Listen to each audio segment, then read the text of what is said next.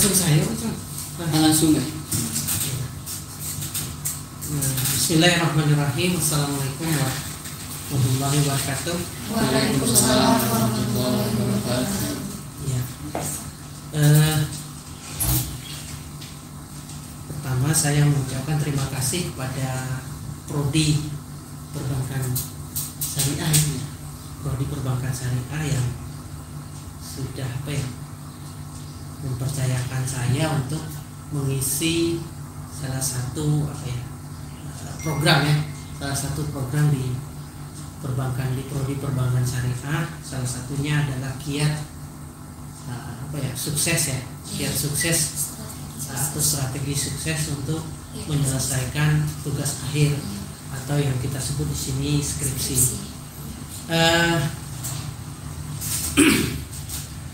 Juga saya mengucapkan terima kasih juga kepada adik semua yang semuanya adalah prodi perbankan syariah. Jadi hari libur juga harus datang ke sini ya. Ya tapi tidak apa-apa ya, karena kita tujuannya bagus, yaitu adalah untuk menimba pengalaman ya, atau menimba ilmu dari anggap saja kami ini senior ya, yang udah pernah mengalami gitu ya, yang sudah banyak mengalami.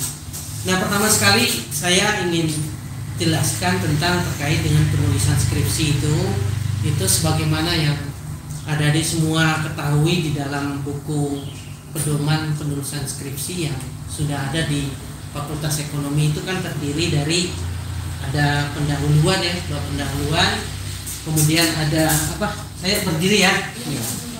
Ya, ada latar belakang, identifikasi ya, ada batasan masalah, rumusan masalah, tujuan penelitian, manfaat ya, itu ada manfaat teoritis, ada manfaat praktis ya, kemudian sistematika penulisan.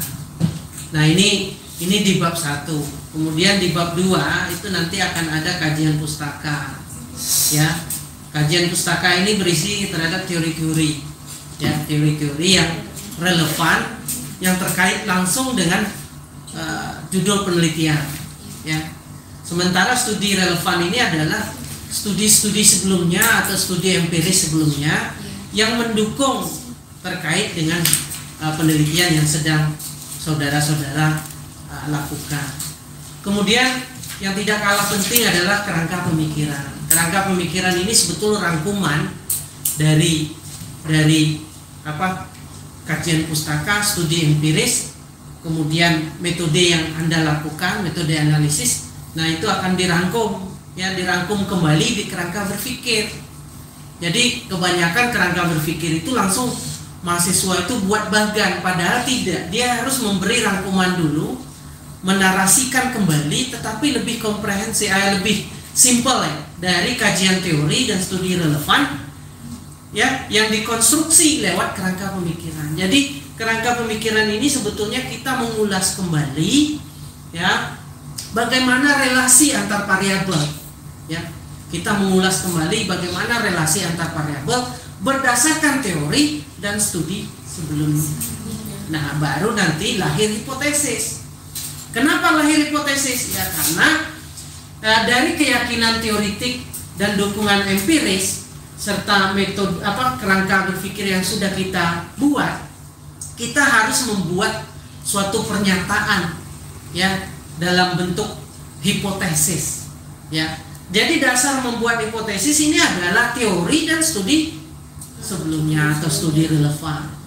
Jadi misalnya ya untuk kasus penelitian kuantitatif yang terkait dengan hubungan kausalitas ya, bagaimana X mempengaruhi Y ya, itu harus dibuat hipotesis. Hipotesis ini adalah pernyataan sementara terhadap hasil penelitian berdasarkan teori dan studi empiris.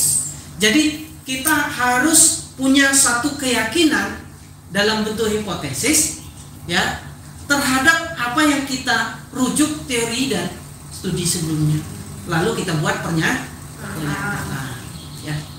Kemudian selain hipotesis penelitian ini misalnya ya X berpengaruh signifikan terhadap Y, ya.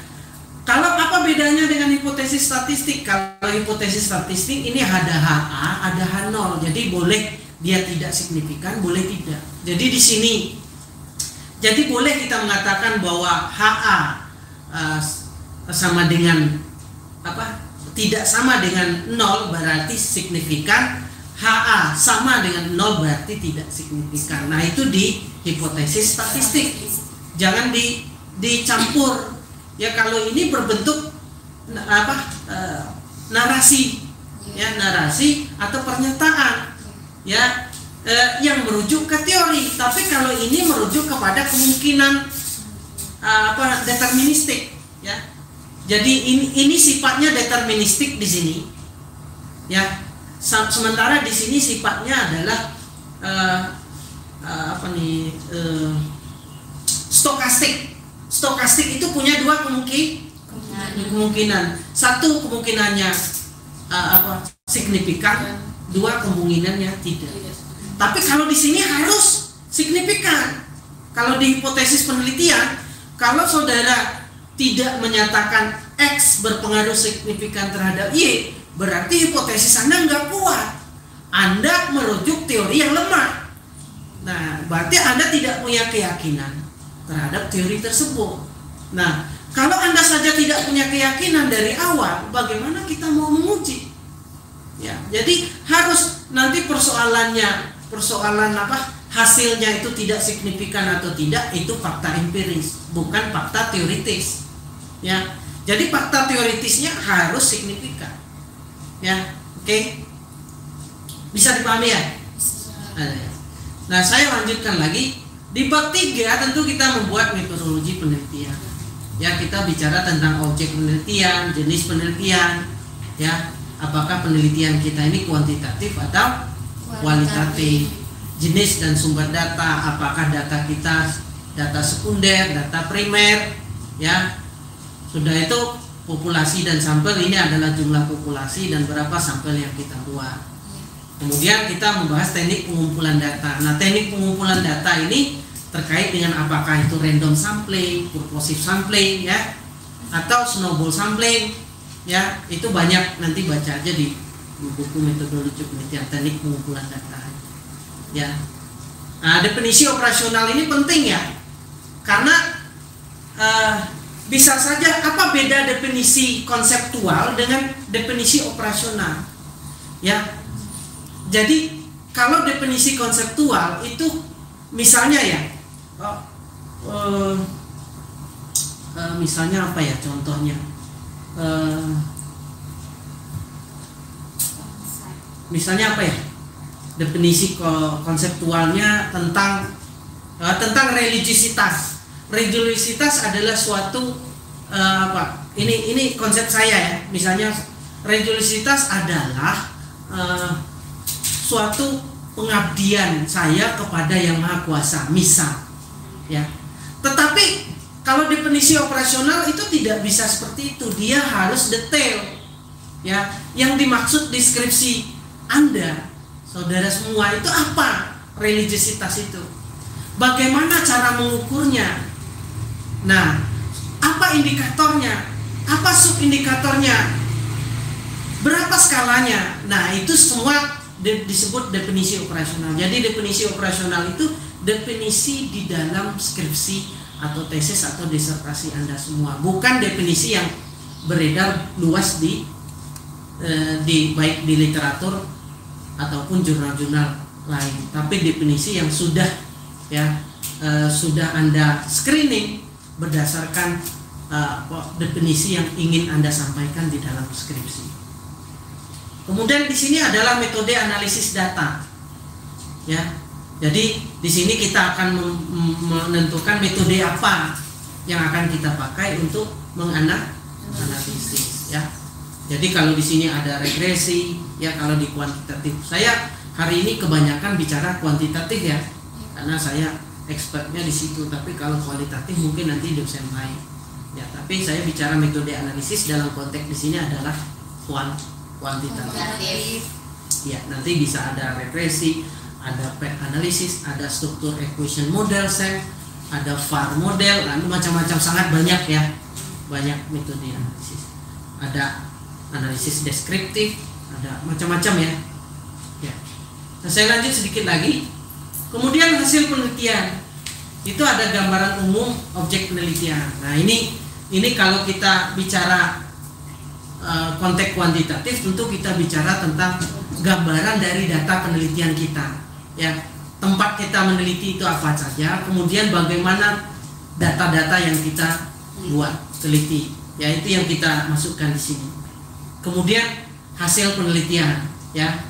Nah hasil penelitian ini kalau kita berbasis regresi, itu kita bicara konteks statistiknya di hasil penelitian. Jadi hasil estimasi, ya. Jadi hasil penelitian ini biasanya identik dengan hasil estimasi, ya, atau output daripada hasil estimasi. Kemudian apa bedanya dengan pembahasan? Nah kalau pembahasan di sini, kalau hasil penelitian ini lebih, kalau dalam penelitian kuantitatif lebih ke angka-angka, ya, lebih ke angka-angka. Kalau di sini pembahasannya menarasikan, memberi argumentasi, ya, memberi argumentasi terhadap hasil statistik ini. Jadi hasil statistik yang ada di sini itu diberi argumentasinya, baik secara teoritis maupun empiris, atau mengacu pada konsep logika atau rasionalisasi. Ya, jadi di sini tempatnya. Makanya di sini lebih banyak. Ya, saya heran. Kadang mahasiswa ini yang lebih banyak, berpengaruh signifikan, dihitung sekian. Ya, oh ini banyak betul halamannya. Di sini nggak ada, dikit betul. Padahal di sinilah perlu lebih banyak, perlu intensif. Ya, bahwa angka statistik itu sebetulnya membicarakan apa, ya, membuktikan apa dan segala macam. Jadi di sini sebetulnya pendalamannya, ya. Iya. Kemudian bab penutup, kesimpulan. Nah, kalau kesimpulan ini sudah tidak lagi dalam bentuk angka-angka kalau menurut saya. Dia sudah dalam bentuk deskriptif. Iya. Ya. Kemudian implikasi kebijakan. Jadi dari hasil penelitian ini apa implikasi kebijakan yang bisa kita berikan kepada tempat penelitian kita atau hasil penelitian kita. Kemudian saran, ya, dan daftar pustaka. Saya kira itu yang langkah-langkah, dan itu sudah ada di buku di buku metodologi penulisan skripsi di PB. Dan karena memang ini saya ambil dari buku tersebut. Nah, yang ingin saya sampaikan hari ini sebetulnya dari semua langkah tadi, tentu tidak semua bisa saya jelaskan. Ya, tentu saya harus fokus pada titik masalah yang paling krusial, yang membuat penelitian itu enggak jadi-jadi dan ditolak proposalnya. Ya, jadi kenapa proposal itu ditolak terus? Kenapa begitu lama nulis skripsi? Sebetulnya kuncinya ada di latar belakang. Makanya hari ini saya sampaikan hanya latar belakang masalah. Karena menurut saya, berdasarkan pengalaman saya baik di S1, S2 dan S3, kalau latar belakang masalah sudah beres, ya itu sudah lancar. Ya, udah lancar. Artinya bisa kita simpulkan bahwa 60% dari tulisan skripsi sudah selesai. Nah, persoalannya latar belakang ini ya nggak pernah selesai ya Pak Mas Ban ya. Iya, ini sering diperdebatkan, sering dicoret ya, karena selalu tidak bisa mengutarakan apa dasar Anda melakukan. Iya, karena ada jargon dalam metodologi, no research without problem. Jadi tidak ada riset tanpa masalah. Selama Anda tidak bisa mengatakan ada masalah dan membuktikannya, ya, berdasarkan data, maka skripsi atau proposal Anda tidak pernah diterima. Ya, jadi ini titik krusialnya. Maka hari ini saya fokus ke sini. Nah, coba saudara lihat di sini. Latar belakang itu sebetulnya terdiri dari dua komponen utama. Ya, dua komponen utama. Ya, bisa berdasarkan fenomena gap, bisa juga berdasarkan riset gap. Nah, ya. Kalau fenomena gap ini itu kesenjangan antara design and dasoline. Jadi harapan dan kenyataan. Jadi harapan itu ada di konsep, ada di teori.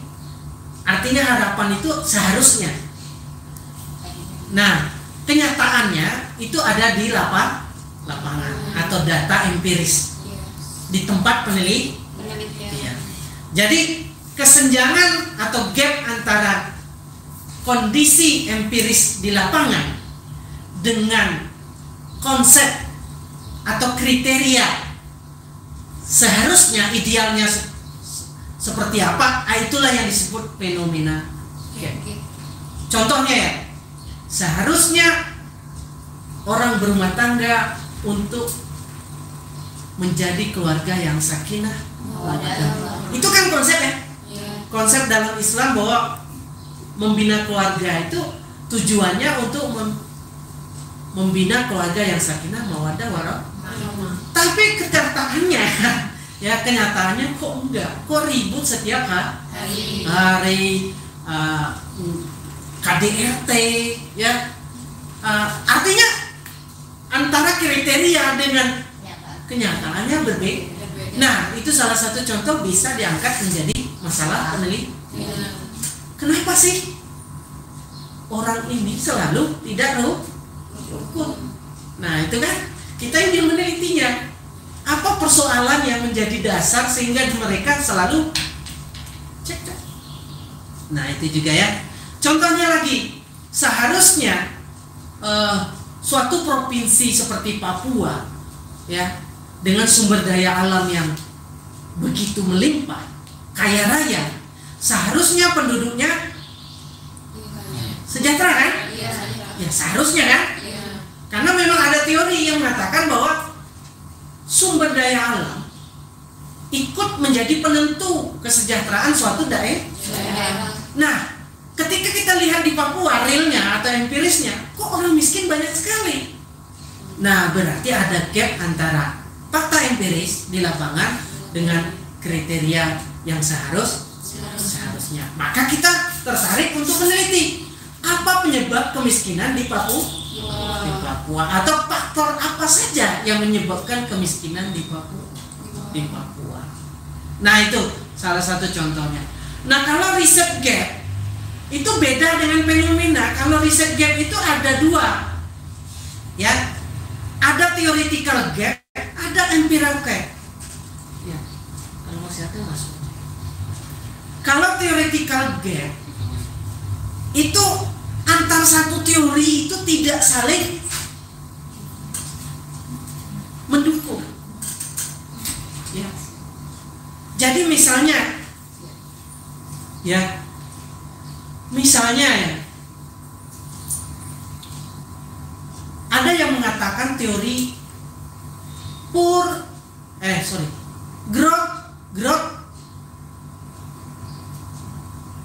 good for the poor. Ya. Jadi dia mengatakan bahwa pertumbuhan ekonomi itu baik untuk pengentasan kemiskinan. Ya.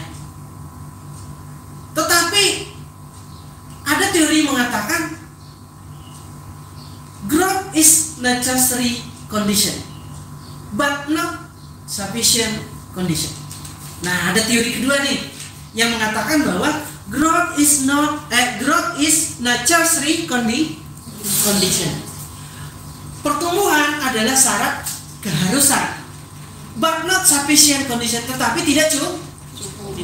Jadi teori yang pertama mengatakan growth is good for the poor, ya. Jadi teori pertama mengatakan dengan sangat yakin bahwa pertumbuhan itu bisa mengentaskan kemiskinan. Tetapi teori kedua mengatakan no, growth is necessary but not sufficient. Iya, pertumbuhan itu perlu, tetapi tidak cukup. Apa rekomendasi dari teori kedua? Dia mengatakan pertumbuhan yang diikuti dengan pemerataan, equality, ya, itu baru bisa mengentaskan kemiskinan. Kemiskinan. Karena menurut teori yang kedua, dia mengatakan kalau tumbuh tetapi diciptakan oleh hanya sebagian orang saja, itu dampaknya kepada pengentasan kemiskinan sangat kecil. Ya. Jadi pertumbuhan yang mana yang bisa mengentaskan kemiskinan? Pertumbuhan yang apa ya? Yang memperhatikan pemerataan. Ya. Jadi itu disebut sebagai apa ya? Teori apa ya? Saya lupa nih. Pro-food growth. Ya. Jadi teori pertumbuhan yang mendukung pengentasan kemiskinan. Nah, itu. Jadi ada perdebatan teoritik bagaimana mengentaskan kemiskinan. Nah, bisa paham? Bisa paham? Contohnya lagi misalnya apa ya?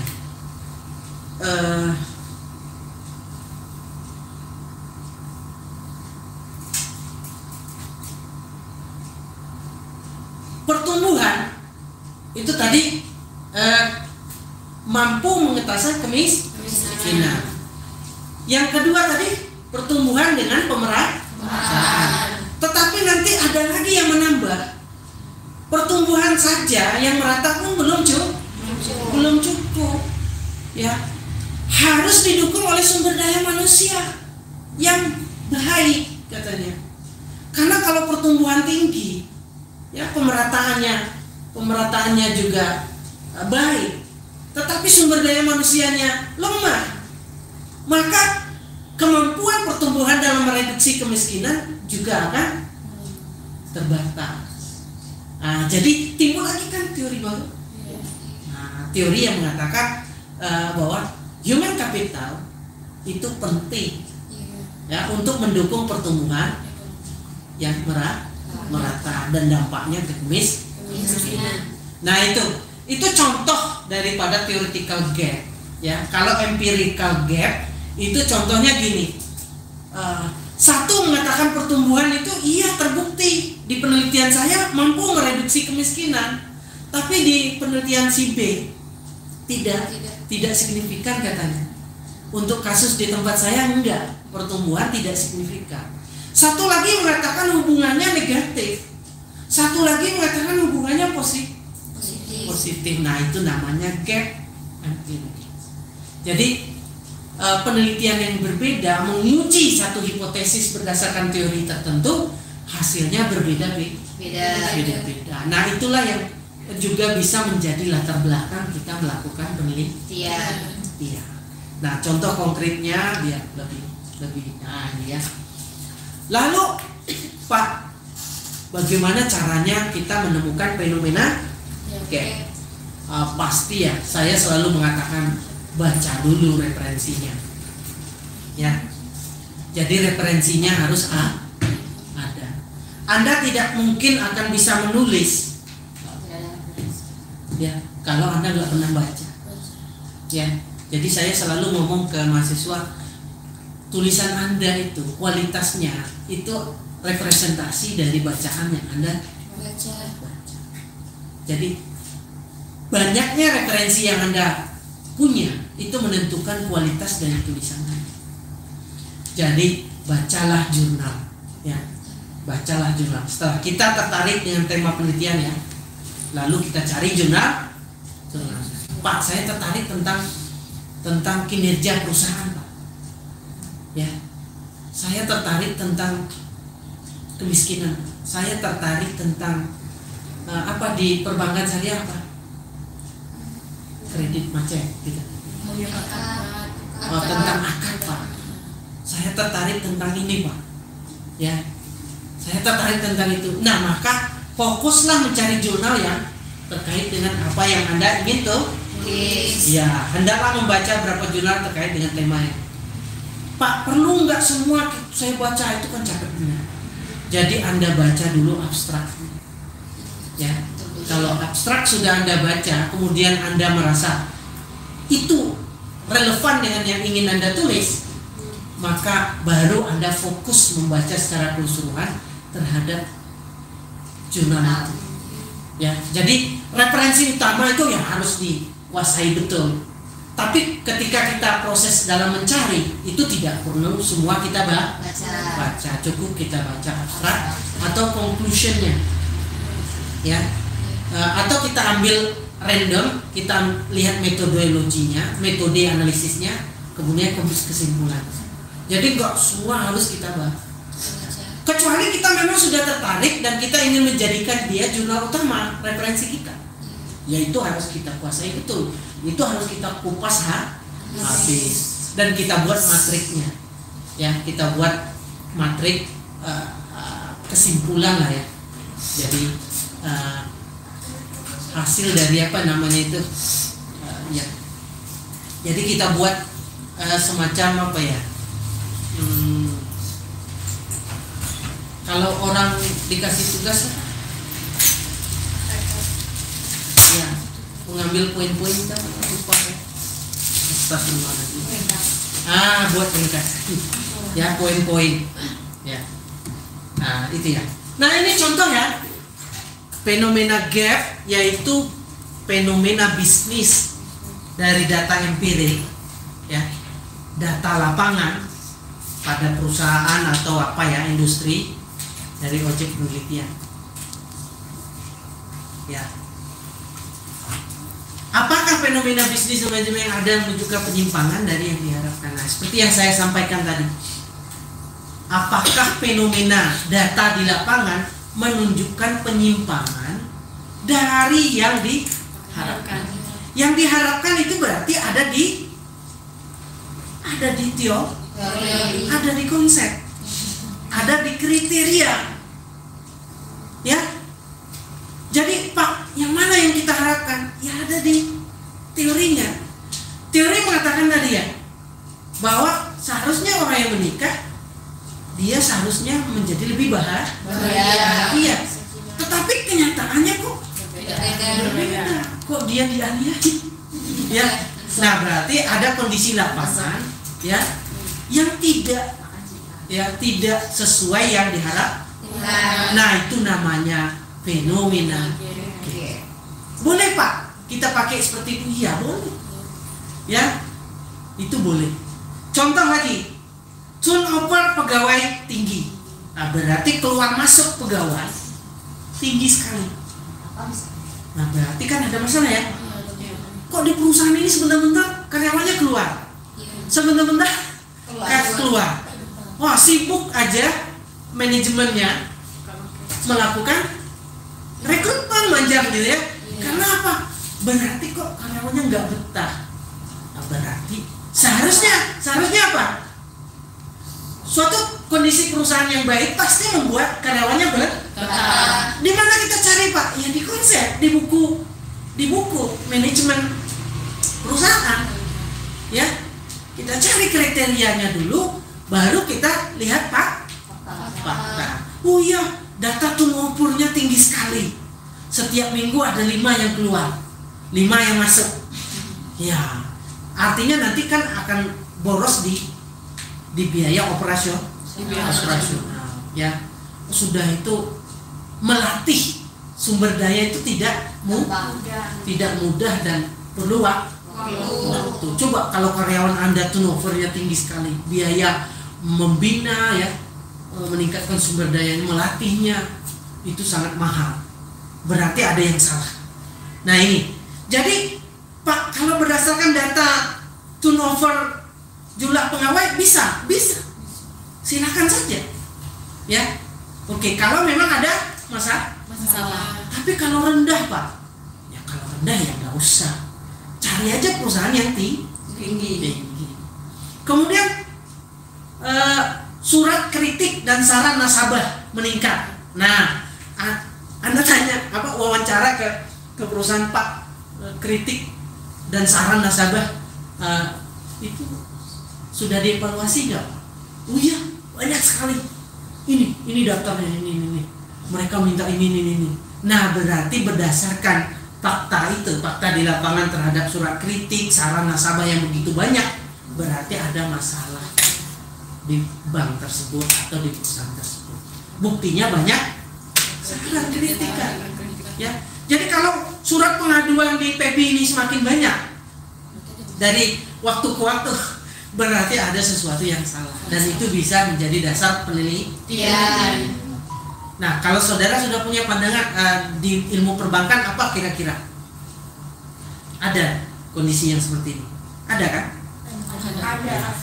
Iya. Iya. Kemudian turunnya perkembangan nasabah, bisa jumlah nasabah bisa. Ya, kalau jumlah nasabah di satu bank itu mengalami reduksi atau penurunan yang begitu signifikan, berarti ada sesuatu yang salah. Karena seharusnya bagaimana? Seharusnya meningkat. Contohnya ya, perusahaan telah melakukan promosi, telah memberi insentif, ya, telah memberi ini, tapi kondisi nasabahnya kok semakin menurun. Berarti ada kondisi kriteria yang tidak sama dengan realitas kondisi di lapangan. Berarti itu menjadi fenomena gap. Nah, itu namanya fenomena gap. Kemudian tren pembiayaan menurun. Nah, jadi dari jumlah nasabah boleh, dari jumlah pembiayaan juga boleh. Misalnya jumlah pembiayaan di bank ini dari bulan ke bulan kok turun terus. Padahal bank yang sehat seharusnya ya pembiayaannya meningkat, tapi ini kok turun terus. Ya, contohnya bisa juga kita mixkan misalnya ya. Pembiayaan di mudharabahnya turun terus, itu kenyataannya di situ di bank muamalat begitu. Ya, data bank muamalat itu ke pembiayaan murabahahnya itu semakin turun terus setiap tahun, tetapi pembiayaan mudharabah tadi turun, murabahahnya ya, jual belinya meningkat. Nah, kita bisa menjadikan itu menjadi masalah. Kenapa? Kita kutip dulu bahwa misalnya ya secara teori seharusnya bank syariah itu basis bisnisnya, core bisnisnya itu adalah bagi hasil.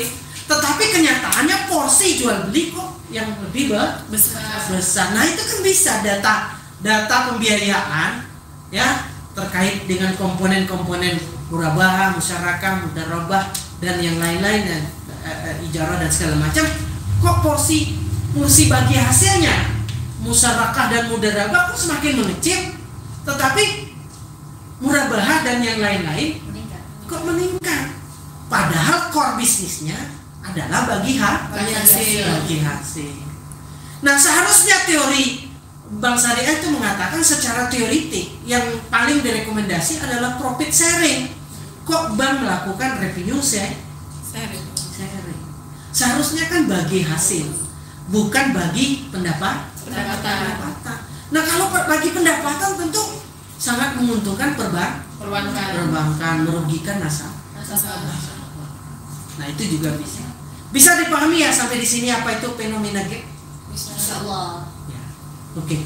Di sini dapat juga fenomena yang positif, dan fenomena ini nggak harus selalu negatif, boleh juga positif. Seperti peningkatan nasabah yang meningkat drastis. Nah, contohnya gini. Kok selama 3 tahun peningkatannya rendah, tetapi tahun keempat meningkat drastis. Nah, itu boleh menjadi alasan kenapa kita ingin meneliti. Iya, kok terjadi? Karena itu juga gap fenomena itu, fenomena gap. Iya, masuk di sini. Iya. Jadi fenomena yang positif, tetapi bisa kita beri justifikasi kenapa itu terlihat agak ada masalah atau ada fenomena, bisa kita jadikan dasar kita menentukan kenapa penelitian ini dilakukan. Ya, contohnya saja gini, kok ini baru berdiri kok langsung ramai sekali. Nah, gitu kan? Nah, itu juga boleh. Padahal dia baru berdiri. Iya. Jadi kita ingin tahu kiat-kiat apa saja kan? Apa strategi marketing yang dia jalankan? Iya, itu nanti di rumusan masalah kita begitu. Kita ingin tahu apa strategi marketing mix yang dia lakukan sehingga baru launching langsung booming. Ya. Dukunnya buat Pak. Nah itu bisa nanti. Salah satu strateginya kita temukan di lapangan adalah pakai magic. Ya. Kemudian di sini nih pembiayaan yang melonjak. Nah, ya ada tahun-tahun tertentu pembiayaannya biasa saja, tetapi kok tahun ini melonjak? Jangan-jangan ada yang sesuatu yang salah, ya? Karena sesuatu yang ekstrim dalam waktu singkat itu biasanya ada sesuatu. Ya, biasanya ada sesuatu. Ya, contohnya teman Anda selama ini jahat tiba-tiba baik. Nah itu kan, iya, perlu Anda lakukan penelitian. Iya. Biasanya dia nggak pernah senyum selama 5 tahun Anda bergaul dengan dia nggak pernah senyum satu kali pun. Nah sekali hari ini kok dia. Rupanya mau ninggal pelanggan.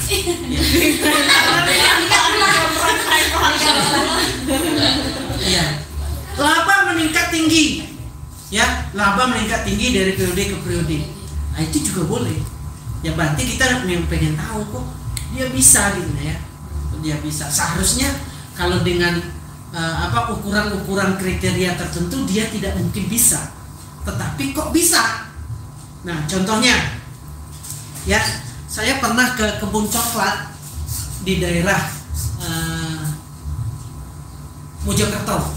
Ya, siapa yang pernah ke Mojokerto? Di daerah Surabaya ya. Ada Mojokerto. Saya pernah ke kebun coklat di situ. Jadi kebun coklatnya terlalu banyak buahnya. Pendek-pendek tapi buahnya banyak sekali. Ya. Kemudian dia mengatakan, pemilik kebun coklat itu mengatakan bahwa balai benih pun terheran. Kenapa coklat di tempat saya ini buahnya begitu banyak. Lalu apa jawaban beliau? Nah, itu kan bisa diteliti ya. Bisa diteliti. Seharusnya tidak sebanyak itu gitu kan. Walaupun dikasih pupuk, dipelihara dengan baik, seharusnya juga di tempat lain nggak sebanyak itu buahnya. Tetapi kok di situ bisa? Ternyata waktu saya tanya dengan bapak itu, dia sering mengajak pohon itu ngobrol. Iya, mau percaya atau tidak? Iya, saya nggak tahu, pokok kata bapak itu, ini makhluk hidup, dia bisa mendengar. Jadi sering saya ajak ngobrol, ya. Sering saya ajak ngobrol, saya bilang, saya ingin kalau buahmu banyak, saya bisa sedekah kepada banyak orang. Kata bapak itu. Nah, ternyata itu katanya kuncinya. Jadi selalu diajak ngobrol karena dia percaya bahwa itu makhluk hidup bisa mendengar. Nah, Allah lah, saya juga tidak tahu. Ya. Nah, ternyata kan kalau Anda meneliti itu kan jawabannya nanti muncul kan, bahwa ternyata diajak ngobrol. Nah, jadilah implikasi kebijakannya bagi yang punya pohon coklat, sering-sering pohon coklatnya diajak ngobrol. Tapi di samping dipupuk juga. Iya. Mana ada lah. Ya, dipupuk juga. Iya, kita kadang-kadang heran ya. Tanaman yang sama kita ambil cangkok yang sama dari tetangga, tapi di kita nggak subur, tengah subur. Ya karena memang ada yang kita nggak ngerti ya. Ya karena mungkin tetangga lihatnya lebih bagus dari kita. Kalau kita orientasinya nanti kita jual, mungkin dia enggak. Ya. Nah ini sampai di sini ada yang mau ditanya? Berarti ngerti ya? Paham ya? Ya saya harap setelah ini skripsinya langsung jalan. Amin. Dengan fenomena ya. Oke, saya lanjut ke yang kedua. yaitu riset gap. Ya, kalau tadi fenomena gap membandingkan fakta di lapangan dengan kondisi kriteria atau konsep atau teori. Jadi idealnya bagaimana, kenyataannya bagaimana. Kalau berbeda, berarti ada gap. Ya, gap. Ya. Perbedaan. Ya, harapan dengan kenyataan. Ya, oke. Yang kedua, kita bisa juga menulis ya di latar belakang berdasarkan riset gap. Tidak hanya fenomena dan kebanyakan di jurnal-jurnal bereputasi internasional Q1, Q2, Q3 dan Q4 jarang sekali yang pakai fenomena gap. Kebanyakan mereka riset. Jadi Anda boleh lihat di jurnal di Wiley, jurnal di jurnal-jurnal terkenal ya di Sinta itu Indonesia ya. Jurnal bereputasi internasional ya, ada di Elsevier ya, jurnal Elsevier, ada juga nanti Wiley itu ya, hampir semua, tapi ada yang tidak. Hampir secara garis besar mereka memulai penelitian mereka di pendahuluannya adalah riset gap. Jadi mereka cerita tentang kesenjangan penelitian yang perlu diteliti dan menjadi alasan bagi peneliti untuk meneliti. Ya, itu namanya riset gap. Riset gap dapat berupa dua hal. Pertama, perbedaan hasil penelitian, ya tadi yang saya sebut, ada yang signifikan, ada yang tidak, ada yang positif, ada yang negatif, ya, itu. Atau pendapat para peneliti terdahulu. Jadi kita merujuk pada referensi-referensi studi empiris yang sudah dilakukan. Nah, itu namanya empirical gap. Jadi riset gap itu terbagi atas dua sebagaimana yang saya jelaskan di awal. Ada empirical gap, ada theoretical gap. Nah, kalau yang ini itu namanya empirical gap. Yang kedua itu konsep atau teori atau masalah yang belum atau perlu diteliti menurut peneliti terdahulu. Biasanya jurnal yang bagus itu membuat rekomendasi di saran untuk penelitian berikutnya sebaiknya ini. Nah, jadi dia memberi saran terhadap autokritik terhadap apa yang belum dia lakukan. Jadi dia merasa bahwa penelitian dia ini masih kurang kalau di sisi sini. Nah, itulah ruang kita untuk masuk.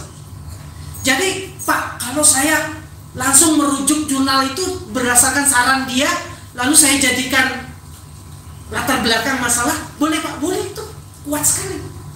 Ya, misalnya Riyandi menyatakan bahwa pada penelitian ini menyatakan ini. Ya udah, kutip aja itu sudah menjadi latar belakang. Jadi dia menjadi riset gap. Ya. Jadi kalau ditanya di ujian, kenapa saudara tertarik melakukan penelitian ini? Saya ingin melanjutkan apa yang menjadi saran si Yandi. Nah, gitu, terkait dengan hal ini. Ya, boleh. Ya. Atau saya ingin menguji hipotesis yang pernah diuji oleh penelitian lain, karena perbedaan hasil saya ingin menguji dalam konteks di Jambi. Nah, misal. Ya, karena belum ada peneliti di Jambi yang melakukannya. Ya, saya ingin menguji untuk kasus di Jambi. Boleh silakan. Ya, seperti yang saya katakan tadi, gap teoritik itu kan tadi ada yang mengatakan pertumbuhan berpengaruh signifikan terhadap kemiskinan. Tapi yang kedua, teori yang lain mengatakan nggak bisa. Ya, seperti yang saya katakan tadi, bahwa growth is not necessary but not sufficient. Jadi tetapi tidak cukup. Pertumbuhan yang bisa mengentaskan kemiskinan adalah pertumbuhan yang diiringi dengan pemerataan pendapatan. Jadi maksudnya semua orang itu terlibat dalam menyumbang pertumbuhan, bukan segelintir orang. Nah, kenapa di Indonesia pertumbuhan tinggi, tapi kemiskinan juga tinggi? Iya, karena sebagian pertumbuhan ekonomi itu kontribusi oleh segelintir orang yang sangat kaya raya dan menguasai berbagai aset yang jumlahnya sangat besar, tetapi orangnya sedikit, sehingga pertumbuhannya kelihatan tinggi, tetapi pemerataannya nggak ada. Ya, karena apa? Karena orang-orang miskin itu tidak terlibat atau berkontribusi dalam menciptakan pertumbuhan tersebut. Nah, sampai di sini ada yang mau ditanya. Sebelum saya kasih contoh lagi, kita sampai jam 20. Iya. Oke. Kalau selesai udah ya. Iya. Oke, ada yang mau tanya? Kita masuk contoh. Oke, saya lanjut contoh ya. Nah, ini ya. Ini misalnya kita ingin melihat sebetulnya sektor keuangan atau perbankan itu berkontribusi tidak terhadap pertumbuhan ekonomi. Nah, ya. Jadi kita ingin melihat bagaimana hubungan antara sektor perbankan terhadap pertumbuhan ekonomi. Ya.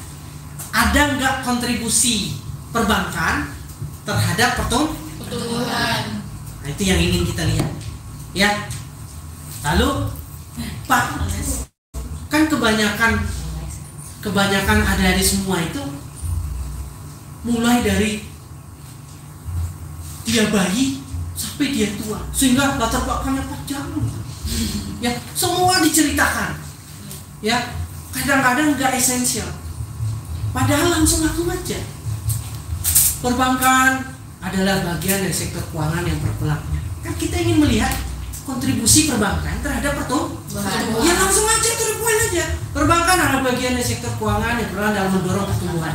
Kan udah kelihatan kan? Kelihatan langsung bahwa sektor perbankan itu secara teoretik menurut siapa nih, saya lupa nih. Yesi. Itu punya relasi atau hubungan dengan pertumbuhan ekonomi. Kemudian pada penelitian Yesi dan kawan-kawan menyebutkan bahwa sektor keuangan khususnya perbankan merupakan sektor yang mempengaruhi aktivitas perekonomian. Nah, artinya pernyataan kita yang pertama ini didukung oleh Yesi dan kawan-kawan. Ya, di mana Yesi ini? Di jurnalnya. Kita baca di jurnal. Ya. Pertumbuhan tersebut tidak hanya secara nasional namun juga secara regional. Dalam penelitian Miller juga menyatakan bahwa perkembangan dan pertumbuhan ekonomi memiliki dukungan, ini perkembangan perbankan ya, dan pertumbuhan ekonomi memiliki dukungan atau dorongan dari sektor keuangan. Jadi kan dari pernyataan kita yang pertama didukung oleh Yesi dan didukung pula oleh Miller. Jadi ada dua studi atau pendapat yang mendukung bahwa sektor perbankan itu berkontribusi terhadap pertumbuhan. Oke kan? Kan tadi kita analisis hubungan sektor perbankan terhadap pertumbuhan. Nah, kita langsung aja tuh dimulai. Kenapa pula kita harus cerita sejarah lahirnya bank pertama kali di Turki, di sinilah, di Greek lah, ya? Enggak usah itu terlalu panjang. Ya bertele-tele, langsung aja. Poin. Iya. Karena sebetulnya itu hanya apa ya? Enggak penting sebenarnya, ya. Oke.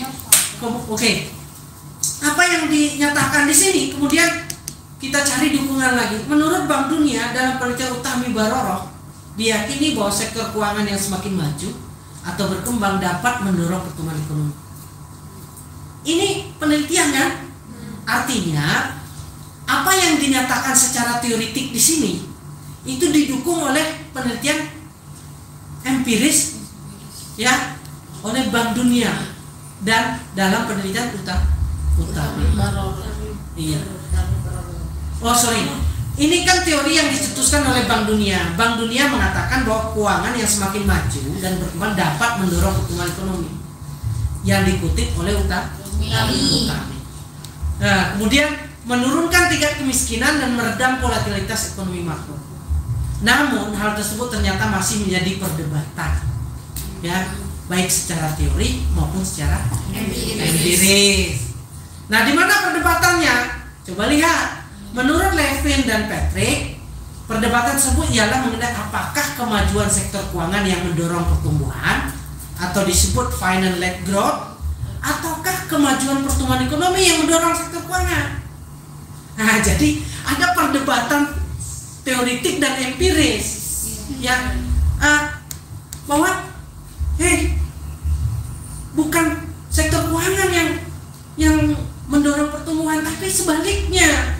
Pertumbuhan katanya yang mendorong sektor keuangan. Berarti ada dua teori dan dua fakta empiris yang berbeda. Nah, inilah yang dikatakan riset gap. Ini contoh riset gap bahwa ada dua pendapat yang berbeda terkait mana yang sebetulnya yang mempengaruhi. Nah, coba lihat berikutnya. Menurut Patrick, dalam penelitian Indra Suhendra terdapat dua hipotesis. Ternyata terdapat dua hipotesis. Nah, mengenai hubungan sektor keuangan dengan pertumbuhan. Satu dinamakan supply leading hypothesis yang menyatakan bahwa perkembangan sektor keuangan dapat meningkatkan pertumbuhan. Jadi satu yang supply leading ini mengatakan bahwa keuangan berpengaruh terhadap pertumbuhan. Satu lagi demand following yang mengatakan pertumbuhan yang mempengaruhi keuangan. Nah, jadi ada dua teori yang memang ada dasarnya, ya. Nah, berarti inilah yang disebut, ya, riset gap dari theoretical gap dan empirical gap. Ya, oke ya, paham ya? Nah, teori supply leading akan mendominasi tahap awal pembangunan ekonomi yang kemudian bergeser ke demand following. Nah, lahir lagi pendapat Patrick yang lain. Patrick mengatakan sebetulnya bahwa untuk negara berkembang itu yang ini dulu. Kalau untuk negara yang sudah maju baru ini. Dia ngomong gitu. Ya. Jadi pertama dia ngomong ada dua kan? Ya. Ada pertumbuhan yang mempengaruhi keuangan, ada keuangan yang mempengaruhi pertumbuhan yang mempengaruhi keuangan. Kemudian Patrick menyimpulkan lagi bahwa untuk kasus negara berkembang itu ini dulu katanya. Tahapannya supply leading, kemudian bergeser kan demand following. Jadi dia ingin mengatakan bahwa untuk hasil penelitian saya, ya, untuk hasil penelitian saya, kata Patrick, saya melihat ada fenomena bahwa keuangan mempengaruhi pertumbuhan itu untuk kasus di negara berkembang, pertumbuhan mempengaruhi keuangan untuk kasus di negara maju. Berarti dia sudah melakukan dua riset. Nah, gitu nah, dua riset dan membuktikan bahwa supply leading di negara berkembang, demand following di negara maju. Nah, ini contohnya. Jadi kalau Anda mau seperti ini, silakan. Ini memang fenomena. Namanya, ini riset gap. Ya, ini riset gap. Kemudian coba lihat di sini, ada pendapat yang ketiga nih. Namun demikian, terdapat penelitian lain, yaitu menurut Demetrides dan Hussein, yang menunjukkan hubungan kausalitas dua arah yang ada antara keuangan dan pertumbuhan. Nah, lahir lagi yang ketiga yang mengatakan sesungguhnya dia itu hubungannya dua arah. Jadi sama-sama mempengaruhi. Nah, jadi kita udah ketemu riset gap banyak sekali di sini. Ya, pertama ada yang mengatakan keuangan mempengaruhi pertumbuhan, kedua pertumbuhan yang berhubungan. Sudah itu kita didapat lagi hasil penelitian empirisnya bahwa untuk kasus negara maju ini dulu, untuk kasus negara berkembang ini dulu, ini negara maju. Kemudian kita dapat pernyataan yang ketiga lagi, sesungguhnya ya, dia bisa saling mempengaruhi. Jadi saya mempengaruhi dia mempengaruhi saya. Nah, berarti nanti metode analisisnya adalah uji kausalitas. Uji kausalitas dalam statistik itu disebut salah satunya adalah kausalitas Granger. Itu ada di menu analisis ekonometrik ya. Uji kausalitas Granger causality namanya. Itu kita ingin membuktikan apakah dia hubungannya dua arah atau satu arah. Kemudian siapa yang signifikan, siapa yang tidak. Nanti ketemu di uji kausalitas Granger. Ya. Kalau ini. Nah, ini contoh bagaimana membuat riset. Ya, membuat latar belakang berdasarkan riset. Ya. Ada yang mau ditanya? Ada yang mau ditanya di sini? Inilah riset. Ya. Inilah contoh dari riset gap. Ada theoretical gap, ada empirical gap. Sudah lengkap di sini. Ya, kalau yang tadi yang pertama adalah fenomena gap. Oh, iya. Saya ingin kasih contoh lagi. Ya. Supaya banyak contoh ya. Supaya banyak contoh.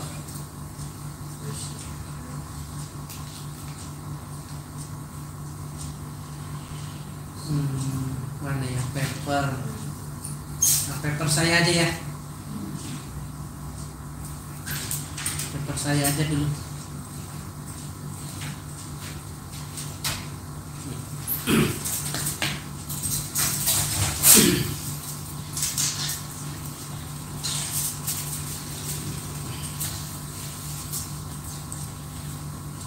Ini paper saya. Iya.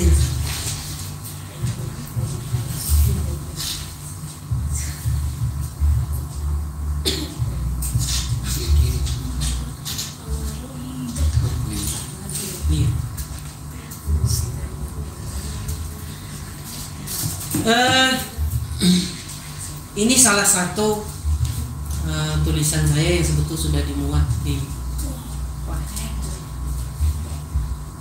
tapi yang dimuat itu sudah ditranslate, di-proofread ya. Karena jurnal itu harus terbit dalam bahasa Inggris. Ya, kalau Anda ingin cari aja di sini. Ya. Novi Jato. Ya. Nah, ini ada di Google. Sendikia saya. Nah, ini ya. Terakhir ini sudah dikutip 13. Ya, yang ini nih. Ya. Iya. Nah. Oh, sorry. Ini repository. Ya, ini ya. Ini aslinya. Ini kan bahasa Inggris. Nanti kalau saya jelaskan di bahasa Inggris malah kabur-kabur sebenarnya. Sudah kita bahasa Indonesia aja ya. Tapi kalau ingin cari yang versi yang sudah dipublish di jurnal ekonomianya UNY ya di Sinta 2, nah ini barangnya ya, silakan cari aja. Tapi kalau untuk kita pelajari hari ini ya kita pakai bahasa Indonesia. Yang bahasa Indonesia-nya nggak dipublish? Enggak. Jurnal Enggak ada. Mana tadi Pak Suwari? Iya. Dan cuma translate. Bisa ditranslate. Biasa.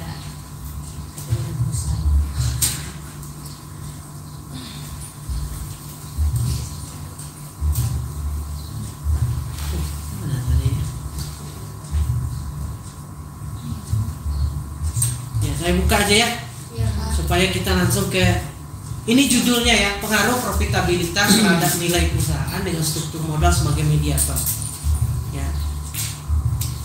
Nah, di sini tidak perlu saya langsung dari awal, saya langsung ke yang intinya ya. Ini ya, sudah saya kuning, sudah saya highlight. Ya, sudah saya highlight. Coba teman-teman lihat di sini ya. Di sini kita mulai aja ya. Salah satu rasio keuangan yang cukup representatif untuk menggambarkan nilai perusahaan adalah price to book value. Jadi saya memproksi nilai perusahaan itu dengan price book value atau PBV-nya. PBV. Jadi nilai PBV itu bisa Anda jadikan proksi dari nilai perusahaan. Ya, kan tadi kita ingin melihat pengaruhnya terhadap nilai perusahaan. Jadi proksi dari nilai perusahaan di sini adalah price book value. Ya. Semakin tinggi rasio PBV menunjukkan bahwa perusahaan berhasil menciptakan nilai bagi stakeholder dan juga menjadi tanda bahwa pasar percaya akan prospek perusahaan ke depan. Siapa yang saya kutip di sini? Ya. Beberapa penelitian terdahulu juga menggunakan PBV sebagai proksi dari nilai perusahaan. Nah, jadi saya ingin mencari justifikasi bahwa PBV sebagai proksi dari nilai perusahaan itu ada. Saya kutip dari ini semua. Ya. Melalui analisis rasio PBV, investor dapat mengidentifikasi saham mana yang memiliki harga wajar, yaitu harga pada kondisi sebenarnya dari fundamental perusahaan, harga yang over value atau under value. Jadi dari nilai PBV sebagai proksi dari nilai perusahaan, kita bisa menilai bahwa harga sahamnya over atau under. Ya, oke. Itu kan pernyataan yang pertama ya. Nah, kita lanjut. Nah, sebagai otoritas pasar modal, Bursa Efek Indonesia merilis beberapa indeks daftar saham sesuai karakteristiknya.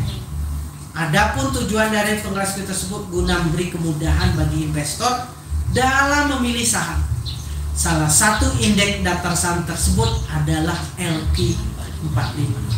Kenapa saya nyebut LQ45 ya? Karena saya ingin meneliti LQ saja, bukan perusahaan yang lain. Nah, jadi sudah mulai kita arahkan di latar belakang. Ya. Adalah LQ45 adalah saham yang dinilai sangat liquid. Ya, di pasar bursa dan memiliki nilai market capitalization yang tinggi dan juga didukung oleh kinerja perusahaan. Ya, kinerja fundamental perusahaan yang positif dalam jangka panjang, serta memiliki pengaruh yang besar terhadap pergerakan indeks harga saham gabungan atau IHSG. Nah, saya tampilkan datanya, ya, data selama ini pada tahun 2018. Nah, coba kalau saudara lihat di sini, ternyata ada nilai perusahaan yang sangat tinggi. Ya, ini kalau tidak salah Unilever. Ya. Jadi nilai perusahaannya itu begitu tinggi dari nilai realnya, berarti harganya sudah sangat mahal.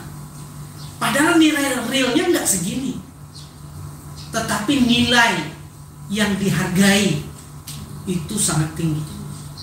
Ya, kemudian ada nggak yang rendah? Ada nih di sini nih. Ya, artinya di bawah standar. Standarnya berapa? 1. Dari mana Bapak tahu ya? Dari berikutnya saya kutip nih. Nah, ya, berdasarkan grafik terlihat bahwa nilai perusahaan relatif bervariasi. Hal ini menunjukkan bahwa dalam menghargai nilai buku saham suatu perusahaan respon secara berbeda. Ya, meskipun saham-saham yang menghuni indeks LQ adalah saham yang high liquidity dan memiliki market capitalization yang besar, berarti dia punya pangsa pasar yang besar dan didukung oleh kinerja fundamental yang baik.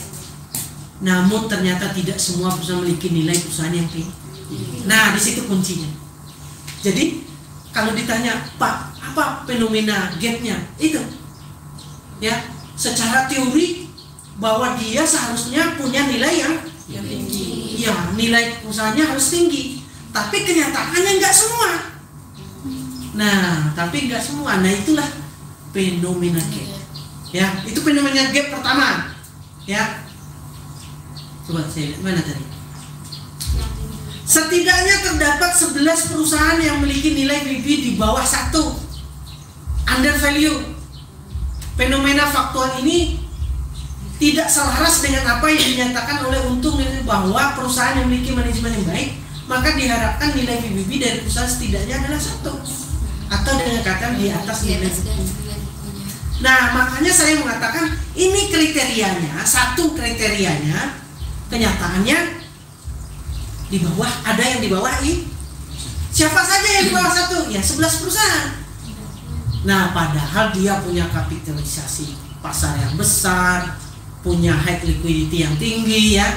Dia adalah saham-saham unggulan dengan kinerja fundamental yang baik. Tetapi tidak semua punya nilai perusahaan di atas sama. Nah, itulah fenomena. Itu fenomenanya ya. Itu fenomena. Dari mana Bapak tahu fenomenanya? Karena kriterianya dengan kenyataannya berbeda. Ya. Oke. Itu yang menjadi dasar saya melakukan riset.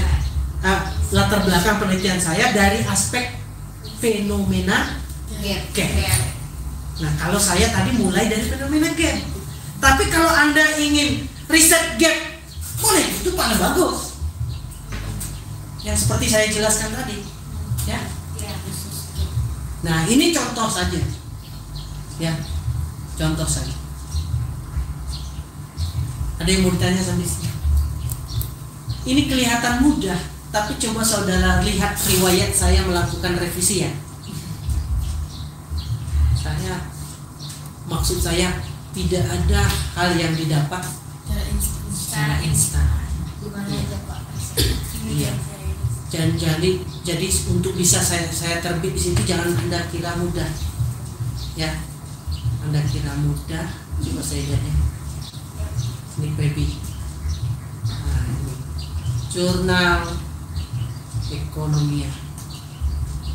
Nah, coba saudara lihat. Udah berapa kali revisi? Tunggu dulu, ada barangnya gitu. Ah, ini. Coba lihat sini. Revisi nampak revisi berapa nih? Udah 6 kali masuk ini lagi. Ya. Artinya hampir 8 kali saya melakukan revisi. Baru barang itu terbit.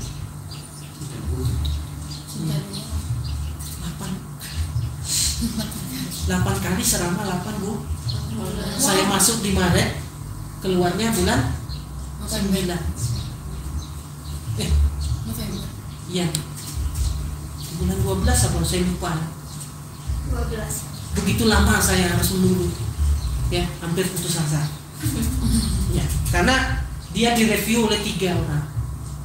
2 reviewer, 1 editor. Sangat sama. Ya, hampir putus asa. Ya, tetapi itulah hasilnya. Hasilnya ya seperti yang saudara lihat di ini. Ya, ini hasilnya. Ya, kita bisa terbit di salah satu jurnal kita 2. Itu kan suatu kebanggaan. Ya Pak Suhan. Itu harus fokus. Saya belum. Iya, ekonomia itu di sini ya. Kalau Anda ingin nulis di sini. Ya. Nah, ini jurnal. Ya, ini. Ya. Ini jurnalnya. Jadi saudara bisa nulis ekonomi, accounting, juga semua diterima. Ya. Ini. Nah, di sini kalau mau nyari punya saya langsung ke sini juga boleh. Ya, di tahun 2020. Ya. Nah, di sini. Ya, kalau tidak salah di Oktober ini ada punya saya di sini. Nah, ini. Ya, saudara lihat ini. Ini boleh dicek ini. Ya, ada dosen UI dan segala macam. Nah, ini Novi Mugiarto. Ya. Nah, ini dia. Ini yang lain dengarkan aja. Ada yang mau ditanya? Kalau enggak saya kasih contoh satu lagi. Silakan yang punya metodologi kuanti.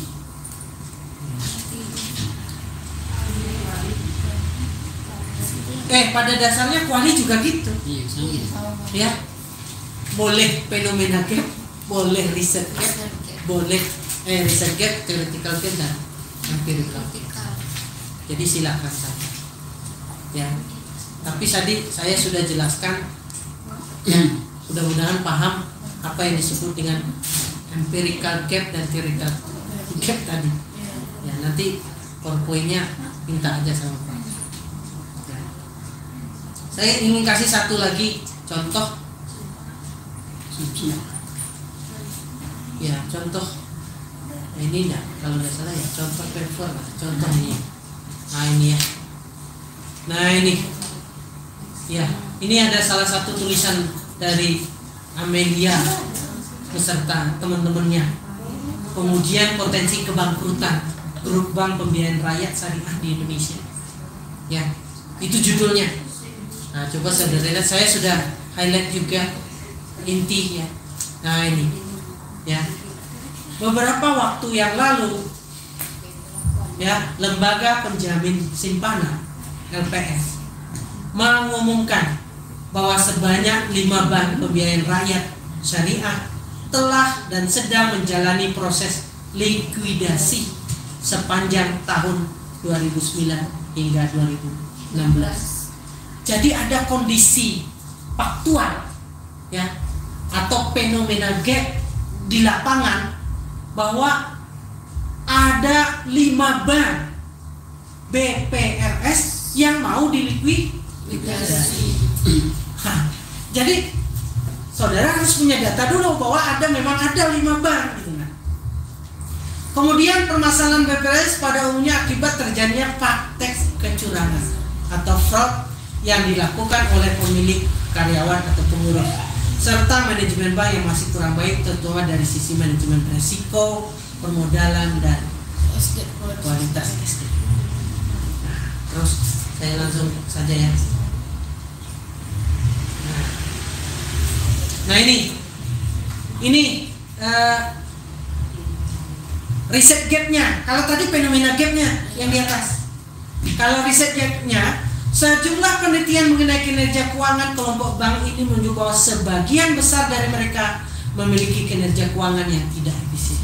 Jadi hasil penelitian Chow, Muhari, Naufal, Handayani menyatakan bahwa sebagian bank yang atau lembaga keuangan yang dilikuidasi atau ditutup itu karena memiliki kinerja keuangan yang tidak efisien. Nah, kemudian data yang dipublikasikan oleh OJK menunjukkan bahwa jumlah pembiayaan dilakukan BPRS kepada kelompok terus meningkat selama 2021 hingga 2016. Ya, hal ini mengindikasikan bahwa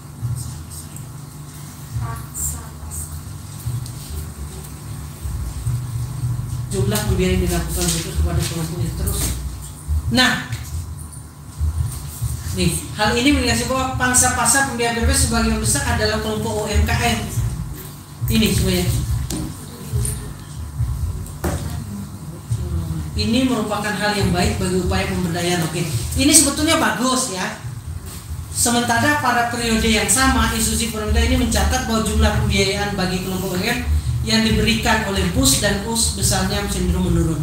Jadi padahal kontribusi BPRS terhadap UMKM itu besar dan progresnya tinggi. Tetapi kok banyak masalah? Nah, itu yang ingin disampaikan. Ya, sementara bank umum syariah dan usaha umum syariah justru semakin mengecil. Jadi gini, dari sisi manfaat sangat dibutuhkan UMKM, ya, tetapi banyak yang dilikuidasi. Nah, itu sebetulnya fenomena gap, ya, fenomena gap. Nah, ini kan dia menjelaskan bahwa mengenai pertumbuhan dalam ini jumlah aset kapital dan pembiayaan. Namun di sisi lain juga diketahui bahwa ada peningkatan yang signifikan pada rasio antara biaya dengan pendapatan. Nah, jadi gini, ya. Jadi BPRS ini mengalami pertumbuhan dalam capital adequacy ratio. DPK-nya juga tumbuh. Tetapi biaya operasionalnya juga semakin besar. Kredit macetnya juga semakin meningkat. Nah, ini namanya juga fenomena.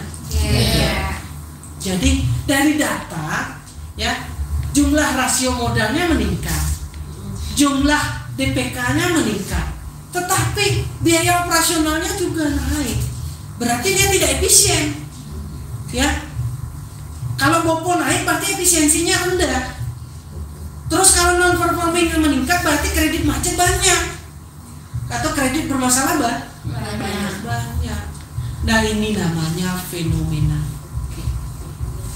Ya. Jadi kalau saudara ditanya apa sih dasar Anda melakukan penelitian ini, ya ada Pak, fenomena gap-nya seperti ini. Nah, gitu ya.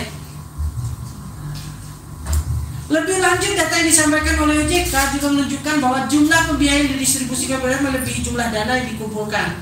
Sementara tingkat profitabilitas mereka cenderung menurun. Nah, ya, pembiayaannya meningkat, tapi profitnya turun. Kenapa profit turun? Ya bisa saja karena kredit macet yang begitu besar dan biaya operasional yang sangat tinggi. Nanti baru kita lihat bagaimana pengaruh efisiensi dan pembiayaan bermasalah terhadap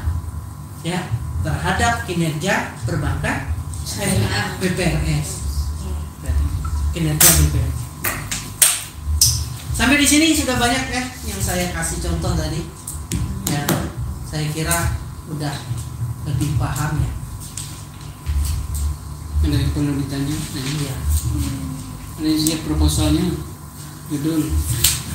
Iya. Tapi saya kira yang tadi saya jelaskan ini begitu mudah dipahami ya. Yang ini, ya, apa itu fenomena gap? Ya, apa itu fenomena gap? Apa contohnya sudah saya jelaskan? Ya. Nah, apa itu riset gap?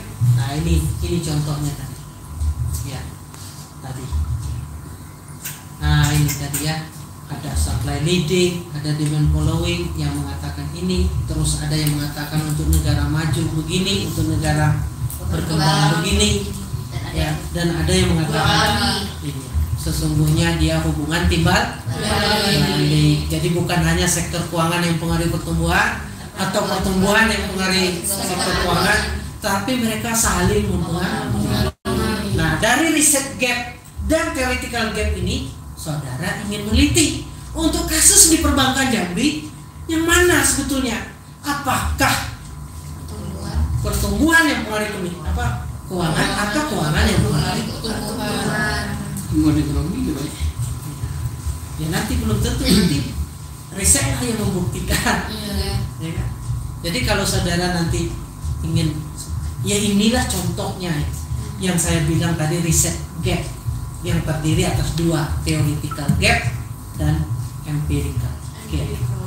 Kalau fakta di lapangan atau itu fenomena gap adalah data di lapangan dibandingkan dengan kriteria. Ada yang terbayang, yang sudah ada ide? Ya, contohnya coba satu aja. Apa? Saya sambil minum ya. Ya, boleh.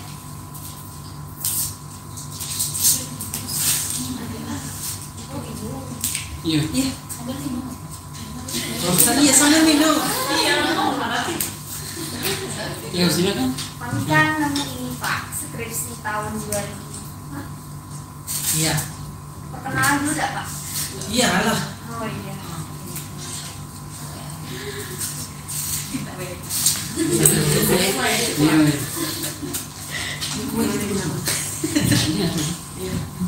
Baiklah, assalamualaikum warahmatullahi wabarakatuh. Waalaikumsalam. Nama saya Stiantati, saya dari kelas 6A Perbankan Syariah. Jadi mengenai skripsi atau judul yang kami ingin angkat Pak. Kami kan baca-baca dan lihat-lihat juga kan Pak. Terus kami dapat ini skripsi anak ekonomi tahun sekitaran tahun 2019-an. Skripsinya tuh ada sarannya yang menyarankan bahwa di dalam skripsinya ini ada faktor-faktor yang belum ada di skripsi tersebut gitu Pak. Skripsinya ini mengenai lembaga keuangan, pegadaian syariah.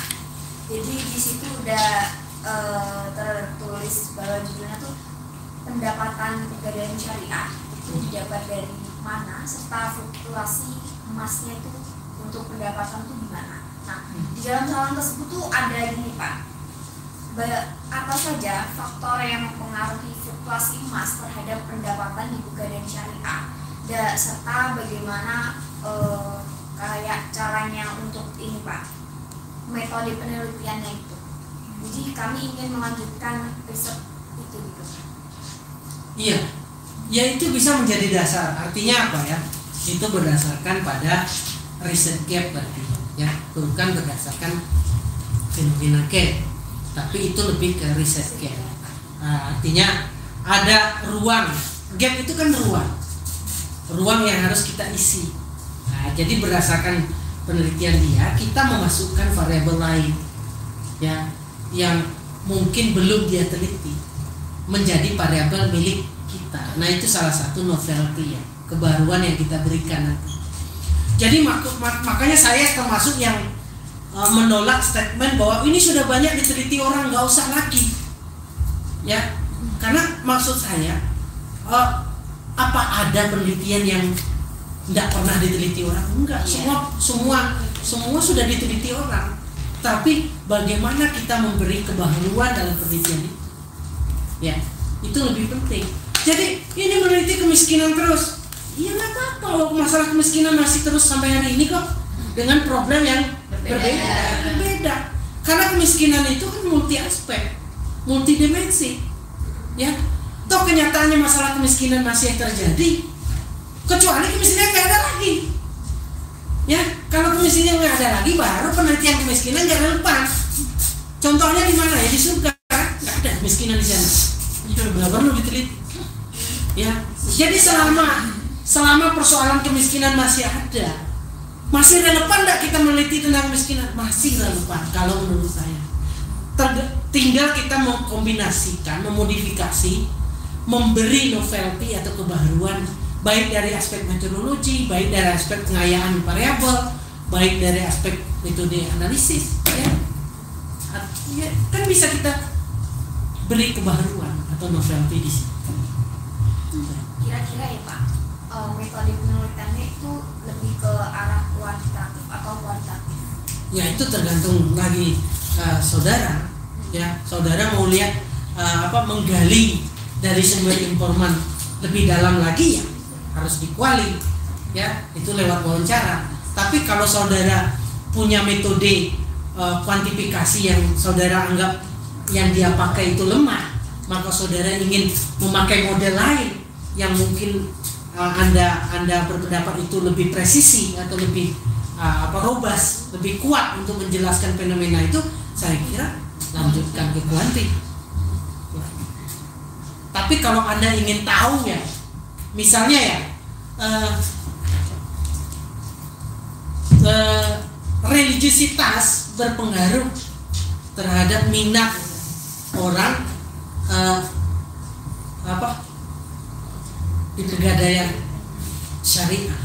Nah, di situ dia hanya misalnya dia hanya menjelaskan bahwa iya berpengaruh, tetapi dia belum menjelaskan sebetul indikator-indikator dari religiusitas yang dia sebutkan tadi itu sebetulnya apa. Nah itu kan bisa lewat pendalaman, lewat kualitas. Ya, artinya religiusitas yang seperti apa? Oh ternyata yang seperti ini. Nah itu kan tidak bisa lewat statistik, harus lewat kajian, observasi, wawancara dan sebagainya. Jadi kita memperdalam analisis dia, argumentasi statistiknya dia, kita perdalam lagi lewat kajian lebih lanjut, mungkin secara kualitatif. Boleh saja. Jadi mau kuali atau kuanti itu kan tergantung tujuan, ya, tujuan penelitian kita. Kalau tujuannya ingin tahu seberapa besar, tentu kuanti. Tapi kalau hanya ingin tahu bagaimana sebetulnya hubungannya tanpa ada angka-angka di situ, ya cukup kuali. Contohnya kuali itu gimana Pak? Contohnya gini ya. Kalau harga naik, ya, kalau harga naik, permintaan tuh itu kan kuali.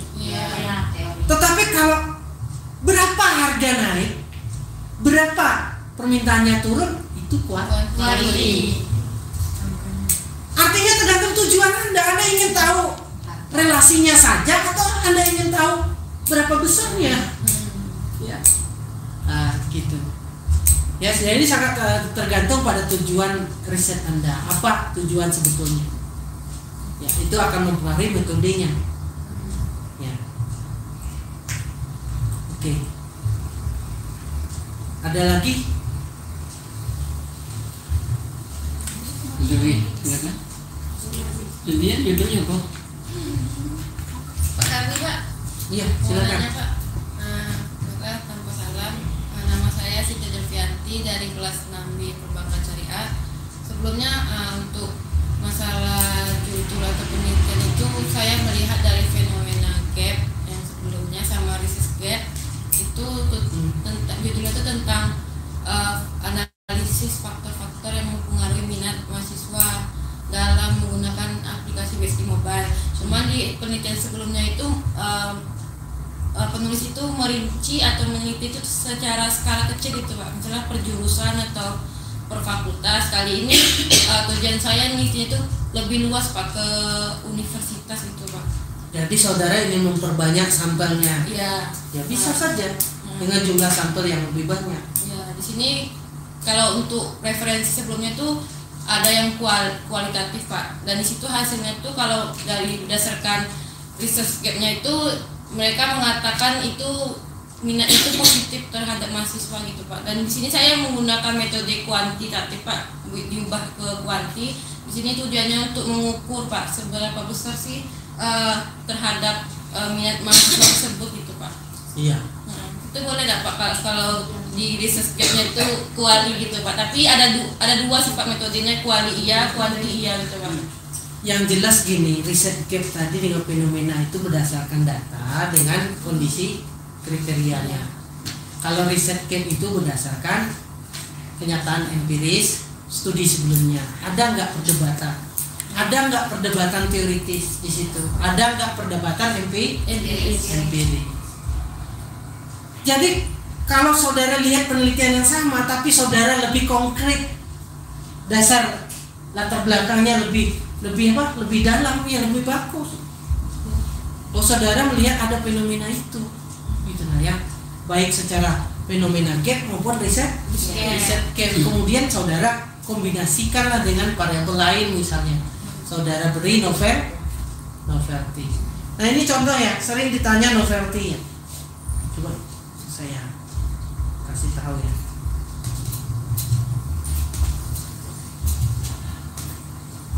Kan kita sering ditanya apa sih novelty ya, gitu ya? Ya kan? Iya Pak.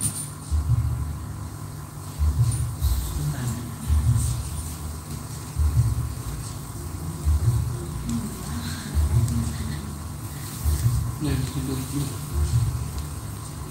Mana tadi?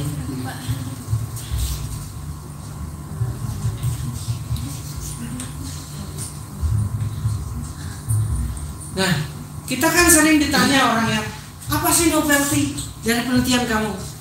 Ya, ini contoh saja ya. Ini di penelitian saya tadi ya. Penelitian terdahulu sebagai hanya menguji pengaruh langsung, ya, terhadap defendant. Sedangkan dalam penelitian menggunakan variabel mediator. Jadi dari sisi metodologi, ya, metode analisisnya saya sudah berbeda. Jadi kalau teman Anda menggunakan regresi biasa, Anda menggunakan variabel mediator atau Anda menggunakan variabel moderator, itu adalah kebaruan dalam penelitian. Ya, contohnya gini, bahwa religiusitas betul mempengaruhi minat orang menabung di bank syariah, tetapi religiusitas tidak langsung. Ya, atau begini, pendapatan berpengaruh secara langsung terhadap minat menabung di bank syariah, tetapi bisa juga secara tidak langsung melalui religiusitas. Jadi orang dengan pendapatan tertentu tidak serta-merta berminat menabung di bank syariah, tapi karena ada aspek religiusitas, ya, dimediasi oleh aspek religiusitas, baru dia menabung di bank syariah. Jadi pendapatan tidak berdiri sendiri, ada aspek religiusitas gitu, nah, di dirinya yang membuat dia menabung. Nah, itu salah satu kebaruan penelitian Anda. Ya. Kemudian penelitian terdahulu salah satunya menggunakan model struktural SEM. Ya, model yang saya rujuk itu menggunakan SEM untuk melihat pengaruh langsung dan tidak langsung. Namun penelitian melihat model ini punya kelemahan. Jadi saya mengkritik model SEM karena saya melihat ada kelemahan. Di mana kelemahannya? Nilai koefisien yang bisa dihasilkan adalah standardized koefisien, sehingga hasil dari angka tersebut tidak bisa diinterpretasi lagi, ya, atau meaningless. Jadi kalau kita pakai SEM, itu koefisien yang keluar adalah koefisien standardized, sehingga tidak bisa kita maknai lagi, ya, tidak bisa. Tapi kalau kita pakai PET analisis atau analisis jalur dengan metode bootstrapping yang saya pakai di sini, masih bisa kita menginterpretasinya. Kemudian penelitian ini menggunakan struktur data panel. Nah, ini yang saya sebutkan kelebihan dari penelitian yang saya buat. Inilah novelty yang saya sampaikan, ya. Inilah novelty yang saya sampaikan, ya. Jadi kalau Anda ditanya novelty, kalau saya bisa jawab ada 4 novelty saya, ya. Jadi kalau ditanya nanti skripsi Anda apa novelty-nya, ya tinggal sebut 4 ini, ya. Oke. Coba kita lihat lagi, ya.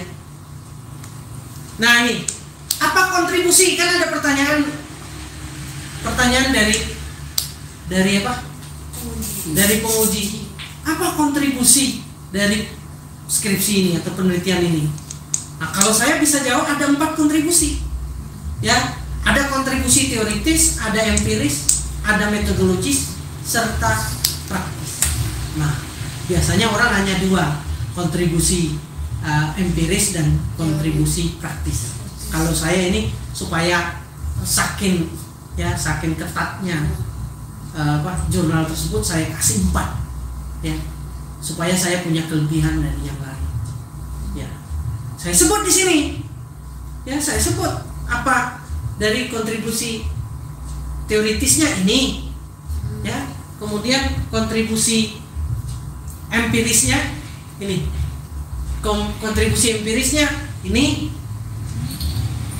yang itu memberi jalan keluar terhadap persoalan penelitian secara langsung di lapangan. Tidak hanya itu, manfaat empiris sebenarnya ada memberikan tahapan wawasan dan informasi bagi penelitian, ya, dengan metodologi dimasuk ini, ya. Kontribusi praktisnya ini, ya, saya sebut semua, dan kontribusi yang lainnya, ya. Jadi saya sebutkan semua. Jadi supaya Anda, metode analisisnya, ini yang kebanyakan teman-teman nggak muat, ya. Coba lihat di sini, ya.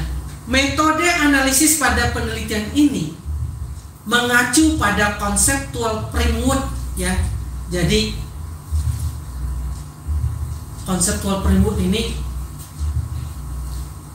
kerangka berpikir, ya, kerangka konseptual yang dikembangkan oleh Chen dan Chen. Jadi saya membuat kerangka berpikir itu berdasarkan yang saya rujuk Chen.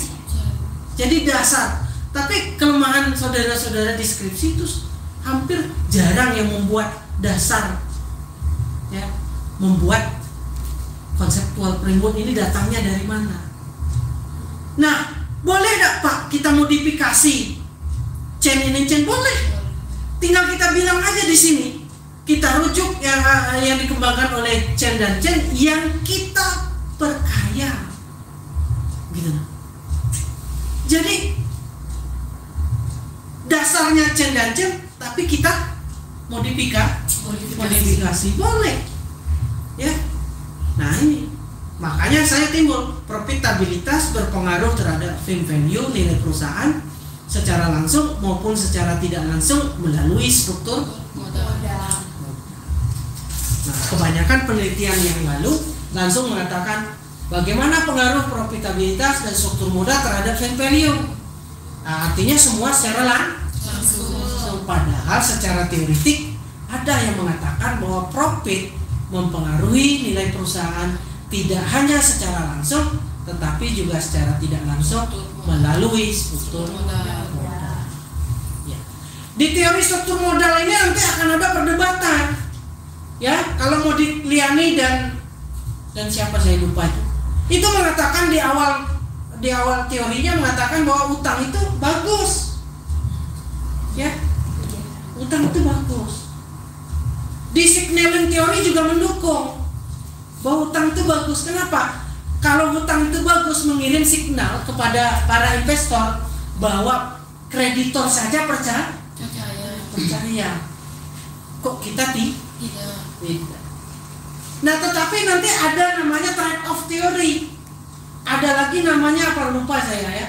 Ada teori yang lain yang mengatakan bahwa kalau utang terlalu besar maka potensi dari sisi likuiditas itu akan turun, maka kinerja untuk menghasilkan perusahaan untuk menghasilkan laba rendah, maka nilai perusahaan akan rendah.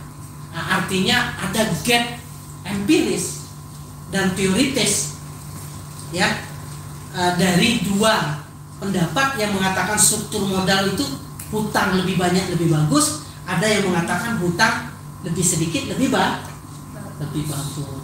Ada yang mengatakan satu lagi, sebetulnya dia adalah trade off.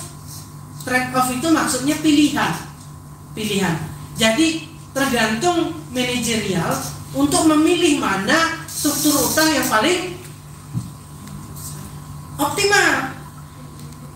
Jadi kalau optimalnya lebih besar nggak apa-apa, tapi kalau optimalnya lebih kecil ya juga nggak apa. Nah, jadi coba kalau saudara lihat perdebatan teori di struktur modal itu akan ada tiga pendapat. Satu mengatakan utang yang banyak bagus, satu yang mengatakan utang yang banyak jelek, satu yang mengatakan utang mau besar mau kecil itu tergantung yang mana yang bisa saja katanya. Ya, yang ketiga itu mengatakan mau banyak mau sedikit enggak masalah. Yang penting bisa menentukan optimalnya. Dan kesimpulan dari semua teori tersebut mengatakan bahwa sebetulnya kuncinya ada di profit. Kalau perusahaan mampu menghasilkan profit lebih besar daripada tingkat struktur modal lewat utang, ya nggak jadi masalah. Jadi selama perusahaan itu untung, mampu menghasilkan profit yang tinggi, mau utang besar juga nggak apa-apa. Nah itu kan kesimpulannya. ya itu kesimpulannya. Ya kalau Anda minjam uang bank banyak, ya nggak apa-apa kalau kemampuan Anda membayar tinggi. Atau Anda menggunakan utang untuk hasil yang produktif kan apa. Tapi kalau saya minjam bank yang banyak untuk konsumtif itu kan berbahaya. Nah jadi itu yang bisa saya sampaikan. Silakan kalau masih ada.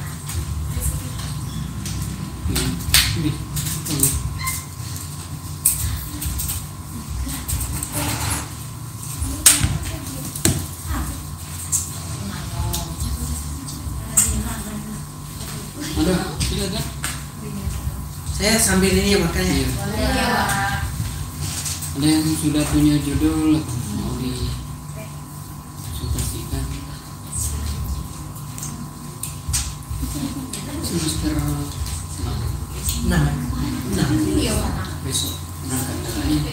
Oh. Iya, minggu besoknya minggu. Besoknya mah.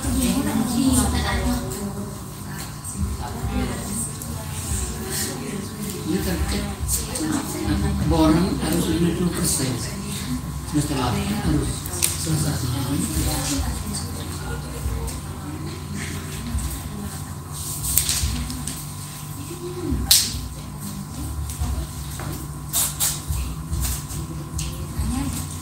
Kemarin dikirim surat dengan itu sama. Oh itu.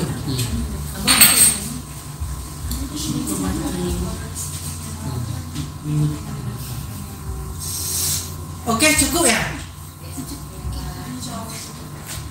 Cukup ya? Nggak ada lagi ya? Ada sih tapi pertanyaan banyak sih pertanyaan. Jodohnya kan sudah di-share kan yang ini yang sudah kakak tingkat punya bisa dikembangkan dari itu. Nengok dibaca dulu skripsi mereka kan. Iya. Jadi sebetulnya nulis ini ada di sini aja kuncinya. Ya. Boleh dari fenomena gap, boleh dari riset gap.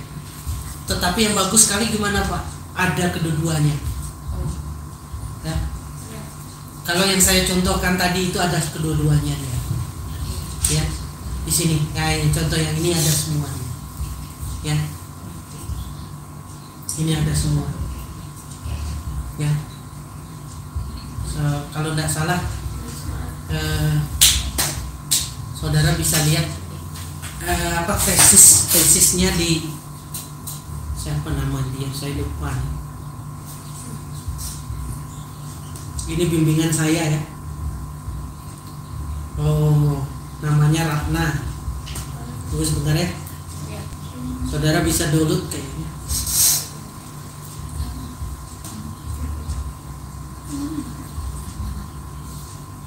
Ujian tesis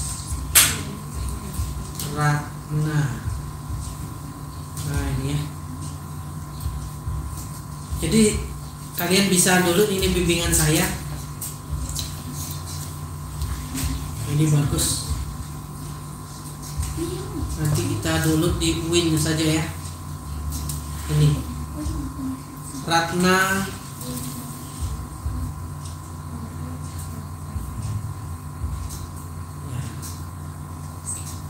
Coba cari ya, kita coba cari.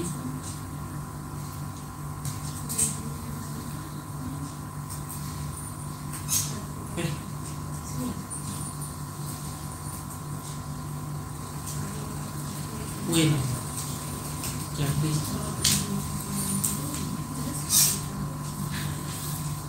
nah ini ya, ini ada tesisnya sudah di-upload ya.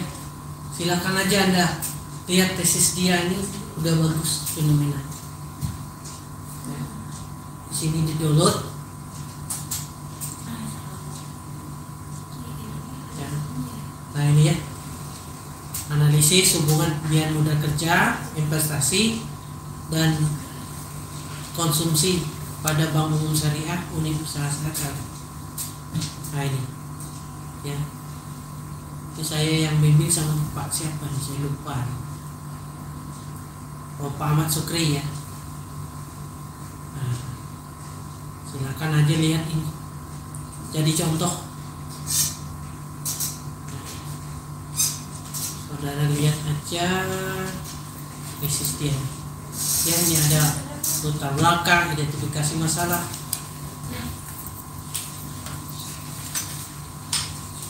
Ini bagus untuk jadi contoh.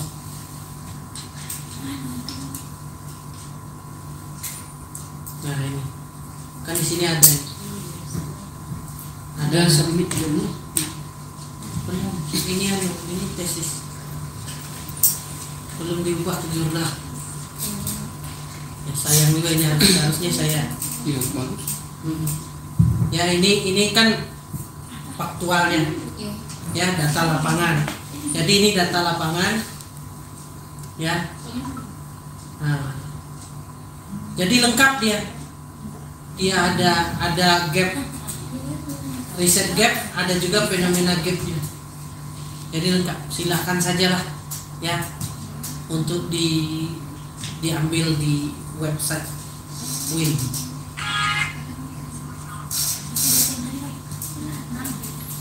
Oke, mungkin itu ya.